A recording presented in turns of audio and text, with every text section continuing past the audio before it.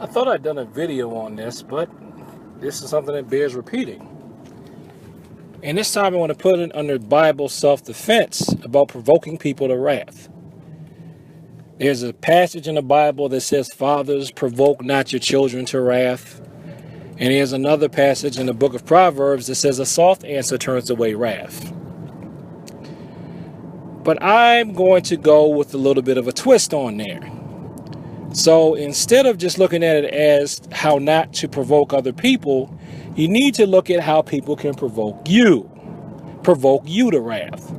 Now, what some people will do to get you angry, which is provoking you to wrath, is they'll say things that, basically what people call passive aggressive.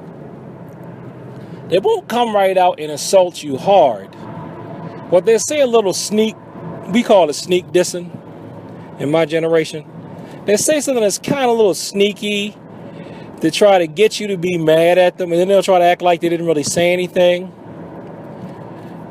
And that way, they can get you mad at them, and then they come off looking like they're a victim if you start yelling at them or if you attack them. And they get to make you look bad, and they just look like some little innocent victim. So let's say, for example, let me think of something. Like, let's say, okay, you're driving along with your friend, you're in a car, and a song comes on, and the person that's trying to provoke you to wrath will say, "I figures you're like that. You like that kind of music." Like there's something wrong with liking the song, whatever type of music it is. And you're like, "What? What do you mean by that?" You take offense because it's your favorite song. And they'll say, "Oh, I just figured you would like that kind of music." And then they try to pretend like they weren't trying to insinuate something.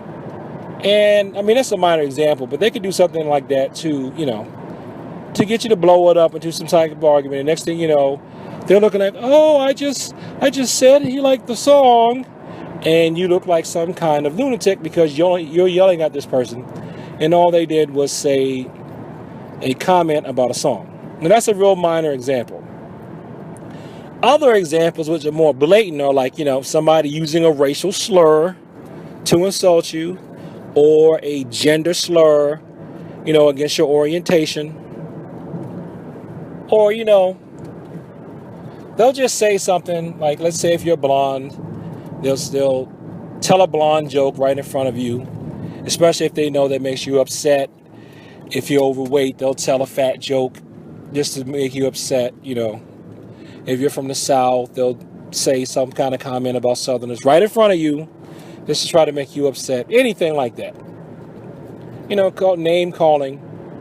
And what they do is they'll do it at a low tone, and then you get mad. And especially if you've been taught that especially if you've been taught to hit someone if they ever called you words that rhyme with trigger and witch and stitch or skunk, those type of words, or setback, words that rhyme with setback, and you hit them, then they'll be, "Oh, well, I just said this. He didn't have to hit me." And then, especially if you're an adult, we live in a society where adults aren't expected to hit people. So, if you're at work, you get fired. If you're at school, you get suspended or maybe even expelled.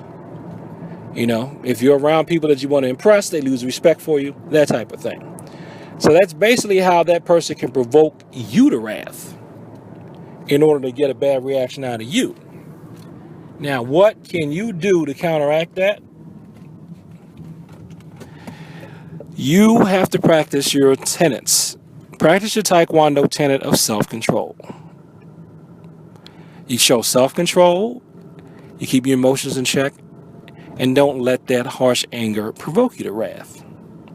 Practice the tenet of courtesy. So sometimes what you want to do now, if you want to keep it biblical, if they are giving you harsh answers or they're using harsh words, you use kind of soft words. Let's go back to the music example. "Oh, it figures you like that type of music." You say something like, "Well, that's because I have good taste." And I'll say, and that's it. Now, if they are vulnerable to the same type of thing they're trying to do to you, like if you say, "Oh, well, that's because I have good taste," And then if you say it like that, that could imply that you're saying that they don't have good taste, and then they may get mad. What do you mean? What do you mean I don't have good taste? Then they'll start yelling. But either way, you can either just not acknowledge it, say something, that doesn't really mean anything. Or you know what my favorite is to do now when people try to do things to provoke me to wrath? I don't say anything. Just don't say anything. And especially if they're trying to provoke you and they're mad, that will make them start to get angry. Because you don't say anything, just don't say anything. Don't acknowledge it. Act like they did not say anything. They'll do one or two things. They'll either give up or they'll get angry. And now if you're a martial artist, if they get angry and try to get physical, please be defensive. Don't go around house kicking them in the chin unless you have to, okay? You can defend yourself or just go defensive or you can move out of the way. And if it doesn't get that far, think of it like a chemical equation. If you don't add fuel to the fire will stop burning. So remember, soft answer turns away wrath. Fathers, do not provoke your children to wrath. And sometimes the softest answer that you can really give is no answer. Peace.